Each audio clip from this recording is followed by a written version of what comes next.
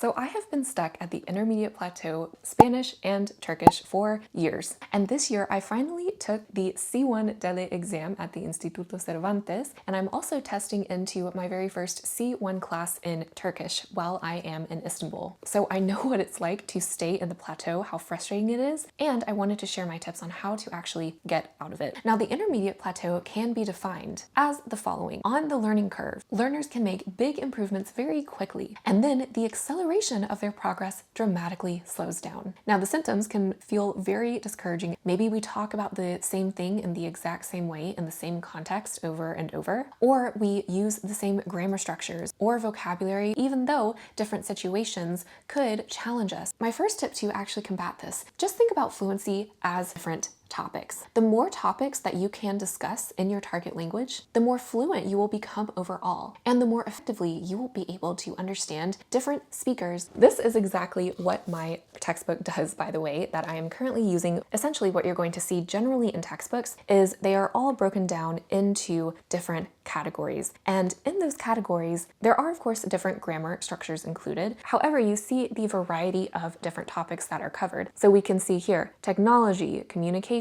transport, food, music, fashion, crime and punishment, and then some more on science. So you can see they get progressively more challenging. However, again, as a B1 student, I would have never felt that I trusted myself to actually be able to talk about these topics, let alone read them, let alone listen to other speakers talk about them. And it was great to follow this textbook's flow in order to push me gradually out of my comfort zone of just saying the same thing in the exact same way in the same context and not talking about these topics at all because I was scared. And I bet if you were not using a textbook for Turkish, like me, then if you went to a textbook for a B2 in Italian, in German, in French, right? They would all cover different topics. And there's a reason for that, right? Because that's essentially what fluency and building your fluency is increasing your breadth of topics. You can also see this in my book for when I was prepping for the Spanish language exam. Again, different topics given the specific vocabulary and being able to produce them on my own in speaking and writing. And again, this is one of my best resources for getting through the intermediate plateau because the textbooks organize all this information for you. You do not have to do the same thing. And one thing that really held me back inside the intermediate plateau when I was learning both of these languages was that maybe I would just overall avoid listening to a podcast about science, for example, because it's scary, or I would listen to that podcast about science, but I would just kind of skip over what I didn't understand and then just not have a full comprehension about what was even really talked about. I was fine with having the gaps in my knowledge and in my comprehension when I was listening to a podcast on that specific subject, which is fine if that is your goal. However, if your goal is to get to an advanced level, then really filling in those gaps and having a useful, organized resource to help you with that you can follow along with is really, really important. I call this my base resource, by the way. But again, what I was describing before, right? Just listening to a podcast and thinking, I don't understand that, but I guess I'll keep on listening more. And then by the end, I'm just like, I guess I sort of understood it, but I probably couldn't summarize all of the main topics that the podcast talked about, right? That is more passive engagement, right? With our language. And to really get through the intermediate plateau, we really need to be consciously challenging ourselves, new structures of vocabulary or grammar that is included in each of these chapters through active engagement, speaking and writing, as well as identifying these same structures in our listening and reading. Again, I love how this textbook arranges it too, right? Because sometimes when we have a scatter of different resources, yes, you're going to come over these same words again and again if we are concentrating on a specific topic like science, right? But I really like that in, for example, my book, for the same topics of science, we can see that I've marked whatever words I didn't know. And then the makers of this textbook were very deliberate in putting these same words and sprinkling them throughout other readings or during our listening exercises given by the same workbook, right? So I can reliably know that by using this textbook's material, the vocabulary that I learn will not just show up randomly in maybe like 2 weeks, right? I can automatically, within the first few days of coming into contact with this new material about science, know, okay, these words are going to show up again in my listening and my reading, and I'm going to be able to have more contact with the language to be able to integrate that vocabulary and those new vocabulary structures quick into my speech and my writing as well. So again, another reason why I love textbooks. And having all of this right here in a textbook, it doesn't mean that you can't branch out to other things. However, it's really helpful for me to have a base resource, especially when I'm at the intermediate plateau, so that I always have a reference to come back to. And this is also a great way to really spice up your conversation lessons that you might have been having with one of your teachers or with a tandem partner. The topics in here have been great to deepen my contact with each topic by making that topic the topic of conversation in my classes that I'm currently taking on italki. So instead of just letting topics flow and just talking about whatever you want in those classes, you can instead talk about what you wrote, what you listened to, what you read. And if you are just now starting to think about integrating more textbooks into your practice,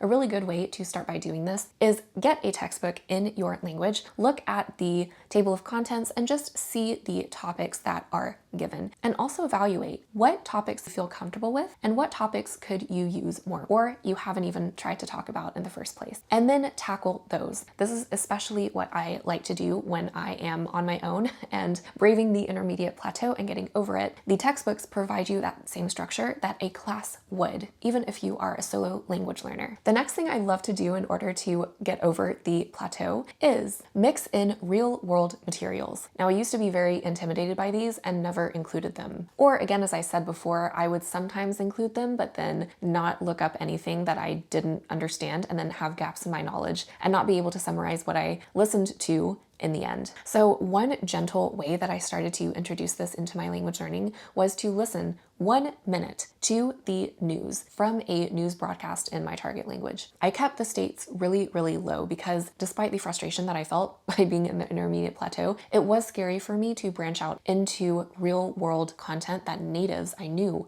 were also consuming at the same time. But by only recommitting to a minute for this, that by starting with a minute, eventually I could start with 2 minutes, adding 5 minutes, etc. On low energy days, I would just look up maybe a few key phrases, no more than 5. If I saw something on a banner on the screen that there was a word that I didn't know, I would look that up. If the news broadcaster was repeating some of the same word that I didn't know, I would look that up. Those were usually my 2 criteria for picking out those words. And then on high energy days, what I would do was look up all unknown words and even look at the broadcaster's channel, see their website, and see if I could find the transcript or a similar article about a similar topic they discussed in the news that morning, and look up all the words that I didn't understand. Other real-world materials you can also integrate at this point are music, your favorite novels that are translated into your target language, etc. And you can see here, to really get over the plateau on my high energy days, then I would literally write down every single word I did not know. You can even see that in my textbook, right? That added up to almost 900, 1,000 words out of this textbook. Again, sometimes it's not advisable to look up every single word because that can easily become a distraction doing busy work that doesn't really have to do with our language goal, right? If our goal is not to get over the plateau necessarily, or maybe our energy is just low and that is just pushing us too far by looking up every single word. However, what has helped me in every single language that I've learned so far is when I do have the time, when I do have the energy, I will literally look up every single word that I don't understand. And that is what I did for Turkish and Spanish in preparation for exams. That greatly helped me get over plateau in general. Another thing that has helped me, especially with my mindset as I am consciously working to get over the plateau, is remember that the intermediate plateau is not some kind of phenomena for language learners only. We can get so frustrated with the journey that it blocks our minds from naturally finding really creative alternative solutions, because believe it or not, there are always solutions to any language learning problem. Also, I love coaching language learners on this, so if you resonate with any part of this video, then definitely book a free discovery call in the comments below. I found that in times of when I was in an intermediate plateau, getting to the advanced level was so much harder because I had built so many emotional and frustrating mental barriers inside my language learning that it just felt impossible for me to really see any road forward. And when we are in that really frustrated place, we can feel like this problem is just affecting us. But as a reminder, give yourself grace because, believe it or not, it's a part of everyone's language journey actually. And it's normal. It's not the phenomena that we put it on the pedestal as. It's kind of the equivalent of a writer's block for authors, or the messy in-between for new business owners, where we have laid all the foundations. However, we're now in the middle, and we're still not able to enjoy native content if we have writer's block. We're in the middle of not having finished that novel yet. We are business owners. We still do not have that dream business fully. Again, our harsh inner critic is going to tell us this is a you problem. If you were more of this or that, you would have surpassed this plateau. But I am here to remind you, your story does not end at the intermediate plateau. Do not believe that inner critic. Yes, at this point, you are more aware of the pathway and what it takes to get to an advanced level, if that is your language goal. We are past the honeymoon phase, and